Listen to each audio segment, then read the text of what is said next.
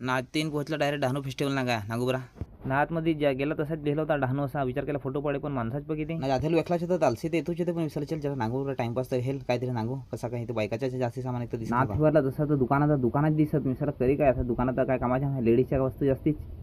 नाही ना का नाही मी ते इंस्टावर पोस्ट नाही करेल तरी मी तर डायरेक्ट इंस्टावर लाईव्ह सारखा झाला होता मला तर मजासारखी आली ना काय नातमध्ये ते नुसतं दुकान नांगून काढायला तर विचार केला समुद्राच्या आहे ना नांगे ती भूताला शार्क तर हवेत तणगायला गेलं नांगून तर फार मजा आली का समुद्रात नाही ना आकाशात तंगत हा